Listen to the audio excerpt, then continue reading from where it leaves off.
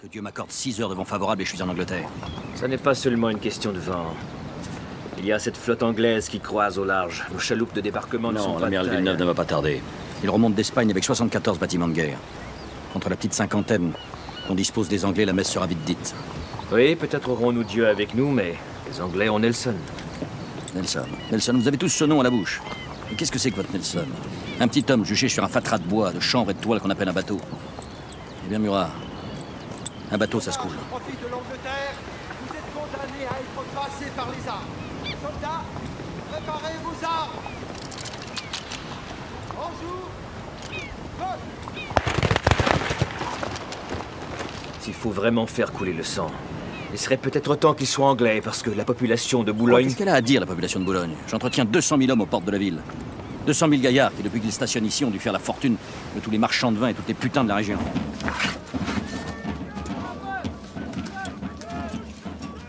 Pardonnez-moi, sire, je crois que vous pouvez peut-être cesser de regarder vers l'Angleterre à présent. Ah, vous m'amenez des nouvelles de l'amiral Villeneuve? En effet, sire. Monsieur de Villeneuve a estimé que ses escadres étaient trop vulnérables et que ses marins étaient trop mal préparés pour affronter l'amiral Nelson. Il préfère attendre, sire. Derrière un rocher, comme un enfant peureux. Le lâche, l'imbécile. Mais ne sait-il pas qu'il y a la guerre, avoir du génie, c'est avoir de l'audace? Comprend-il pas que sans ces bateaux pour me porter, je suis ici comme un cul de jatte? Mais il est peut-être préférable que votre majesté n'ait pas traversé la Manche. Parce que l'Angleterre a réussi à persuader la Russie et l'Autriche de lancer une attaque contre nous par l'Est, pendant que notre armée était occupée ici, à l'Ouest. C'est une excellente stratégie, et bien anglaise.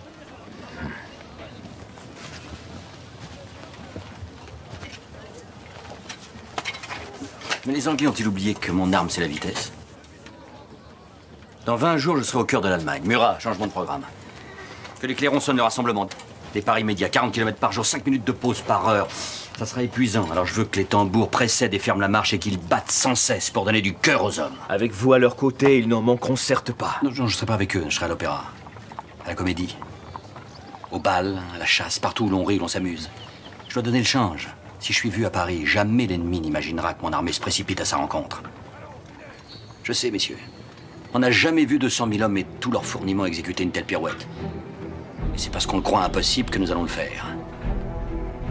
Et c'est aussi pourquoi, daté de ce jour, on ne dira plus l'armée, mais la grande armée.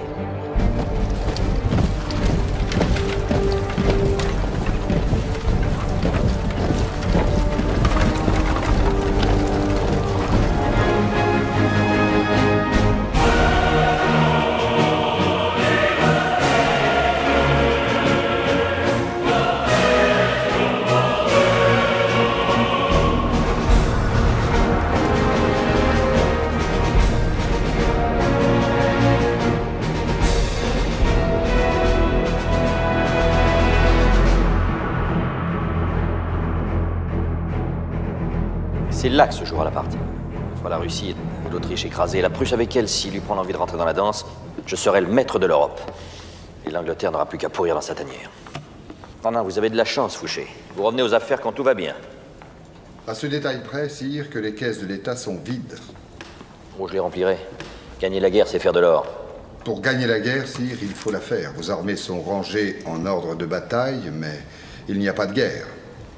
Eh bien, soit. Attaquons. Nous avons assez donné le change comme ça. Je rejoins la troupe, départ demain 4 heures.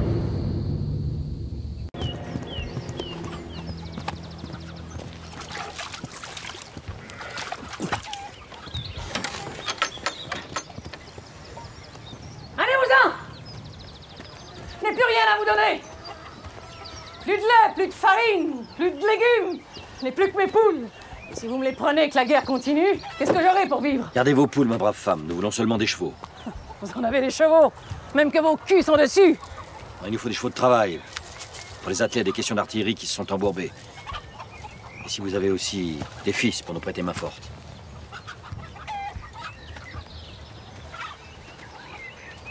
Des fils, j'en avais 2. Mais ce maudit Napoléon les a fait tuer. Et quand je le retrouverai en enfer, tous les supplices du diable ne seront rien à côté de ce que je lui ferai endurer, moi, à ce monstre. Sire, nous perdons du temps. Sire? C'est celui-là que vous appelez sire? Mais alors, vous êtes... Napoléon. Le monstre. Le maudit.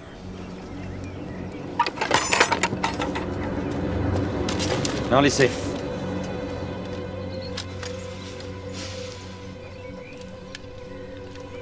Il s'appelait comment, vos fils? L'aîné Gervais. Plus jeune, Clément, il n'avait pas 16 ans. Gervais. Et Clément. Faudrait pas qu'ils soient morts pour rien. C'est pour toi qu'ils sont morts. Et pour moi, tu n'es rien. Tu es moins qu'un tas de purins. Vous avez le droit de refuser de m'aider. Si vous me prêtez vos chevaux pour sortir mes canons du bourbier, leurs obus vengeront vos garçons. À quoi bon vos canons, vos obus, tout votre attirail de mort? L'ennemi est partout en France. Tout le monde dit que c'est foutu. Foutu, non. Non, ça n'est jamais foutu. Jamais. La France entière se bat contre l'occupant. Vos enfants ont donné leur vie pour sauver leur pays. Moi, je donne ma vie pour sauver la patrie. Et vous, vous ne me donneriez même pas un cheval.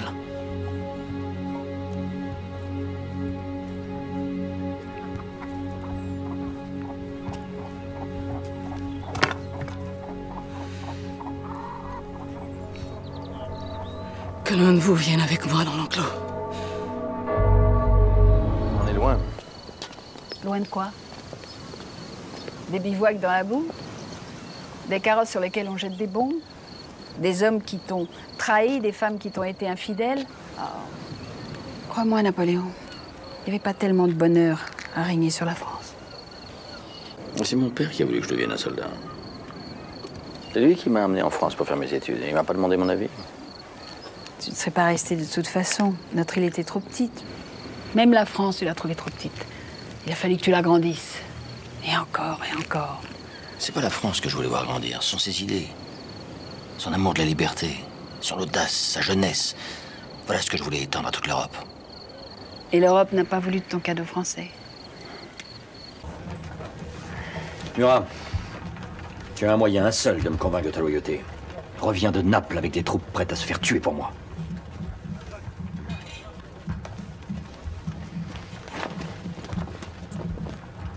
Sire, je crains d'être obligé de m'absenter. Ma blessure. Votre blessure, mais pas plus tard qu'hier, vous disiez qu'elle n'était qu'une égratignure. Je ne vous retiens pas, maréchal Ney. Bon débarras.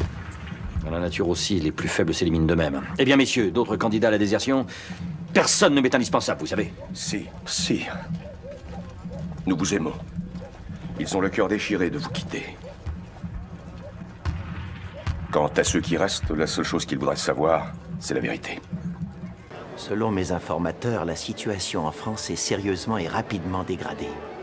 Après avoir accueilli les Russes et les Autrichiens en libérateurs, le peuple commence à vomir.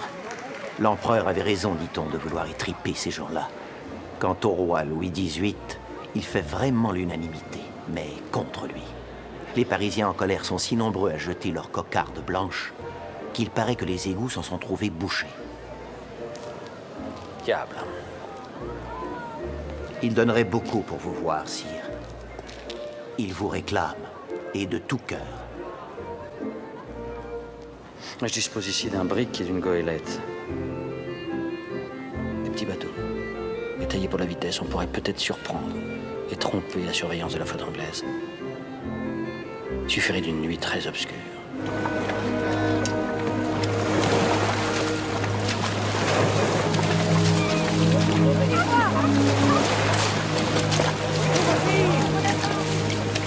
Votre femme a toujours une bonne soupe de poisson sur le feu. Vous seriez mieux chez nous pour attendre l'arrivée du reste de votre armée. Tu la vois, mon armée. C'est tout? C'est avec ça que vous comptez chasser le roi et sa bande de coquins? Si vous voulez du monde pour vous aider, prenez mes garçons. Ils n'ont que 9 et 10 ans, mais ils sont déjà débrouillards. J'ai une escopette dans mon cabanon. Laissez-moi le temps d'aller la chercher. Tu n'auras pas besoin de te servir d'une arme. J'entends reprendre mon trône sans verser une seule goutte de sang français.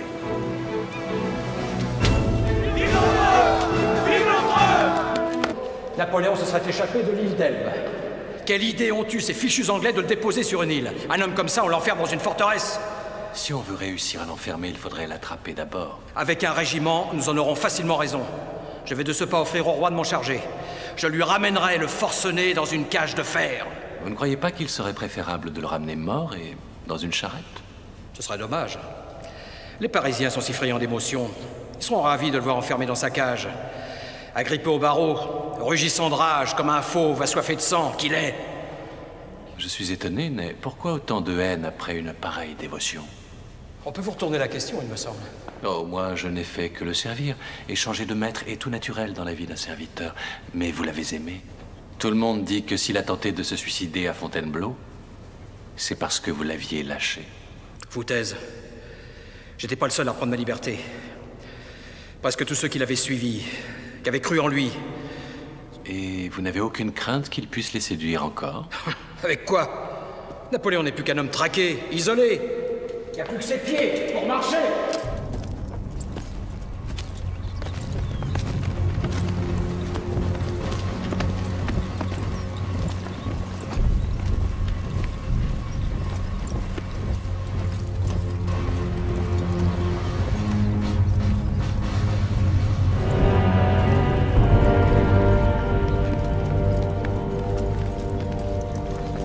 Sire, je vous en conjure, abritez-vous derrière vos hommes.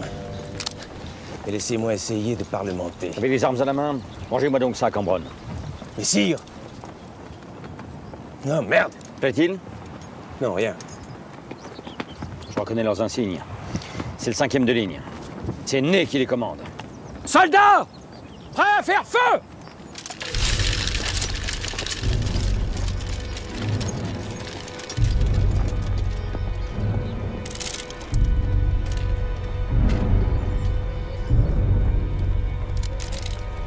Soldats!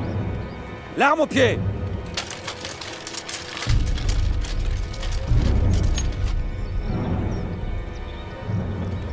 Maréchal Ney! Soldats du 5e de ligne! Je suis votre empereur! À mon commandement! Feu!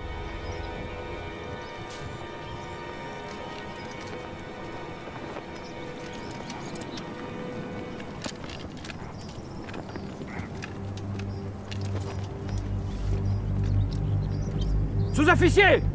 Relevez les noms des hommes qui n'ont pas tiré! Ils sont accusés de rébellion face à l'ennemi et fusillés! Que d'autres prennent la place des mutins! Soldats! S'il en est un parmi vous qui veuille tuer son empereur. Mais voilà.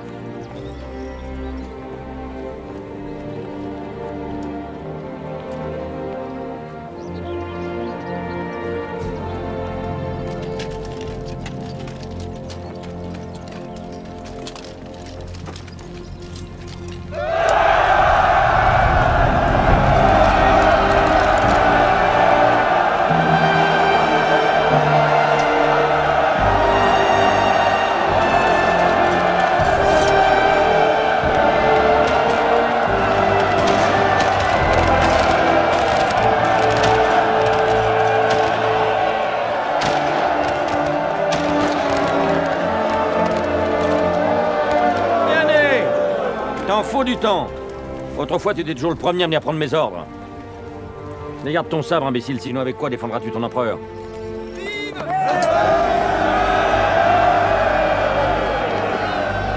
Vous avez raison, sire. Il y a encore loin jusqu'à Paris. Officiers soldats du 5e de ligne, en colonne par 4 et musique en tête. Et foutez-moi ces chiffons en l'air, nom de Dieu! Le drapeau tricolore ou rien!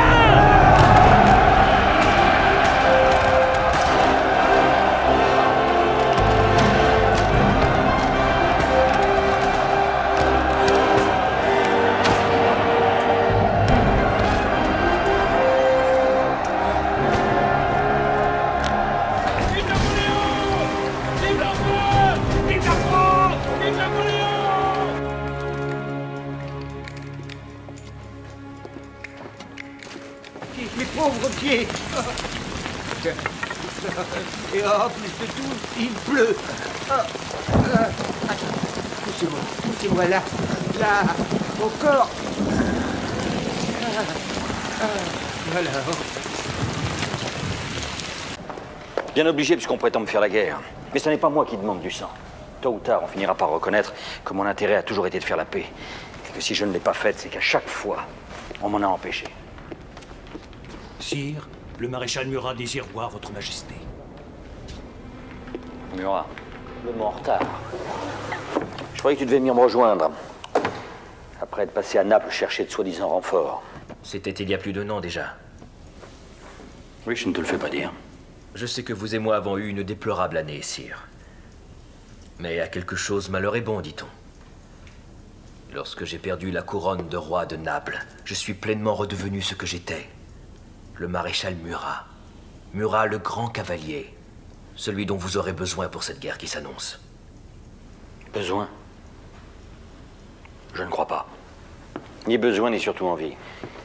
Non, je te remercie de tes offres de service, mais je préfère m'en passer. Vous êtes donc à ce point rancunier? Rancunier? Je t'ai donné ma sœur. Je t'ai donné un royaume. Tu m'as trahi. Comment oses-tu te présenter devant moi, Murat? Je n'ai plus confiance en toi. Né te remplacera à la tête de la cavalerie.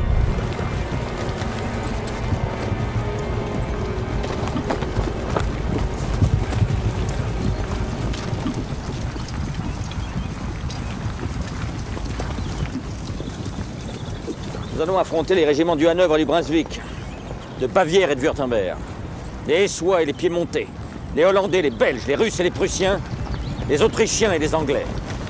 Ils seront 700 000.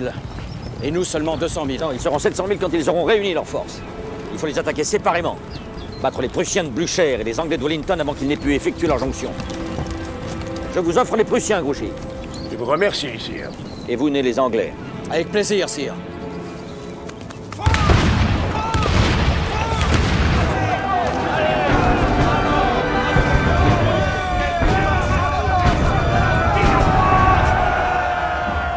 C'est un prisonnier que nous avons capturé derrière. Pas le temps maintenant. Qu'on conduise dans nos lignes et qu'on trouve quelqu'un qui parle anglais pour l'interroger. Sire, ce n'est pas un anglais.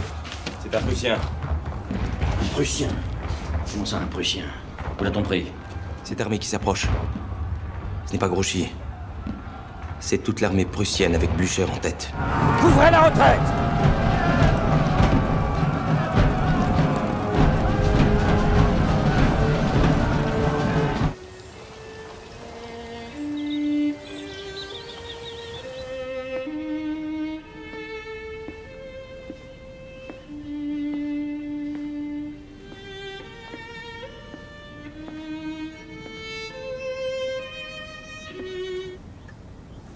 À Londres, quand vous apprendrez ma mort, rappelez-vous de ce que je vous ai dit aujourd'hui. Rappelez-vous de tout ce que je vous ai raconté pendant ces 3 années. Vous m'avez fait la bonté de venir me tenir compagnie.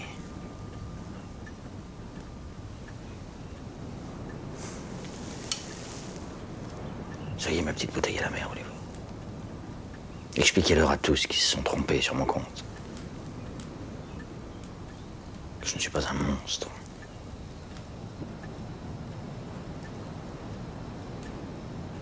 Mais je ne veux pas que vous me quittiez sur une impression aussi lugubre. Et puis on ne voit rien ici. Marchand, les lampes! Non, je vais le faire. Je vais m'occuper de la lumière. J'ai bien peur de n'avoir rien d'autre à vous offrir comme cadeau d'adieu. Vous avez fini de dicter vos mémoires? Presque. Le cadeau d'adieu est très beau. Que puis-je vous offrir? Voyez-vous une babiole que vous aimeriez emporter en souvenir de moi? Donnez-moi une mèche de vos cheveux.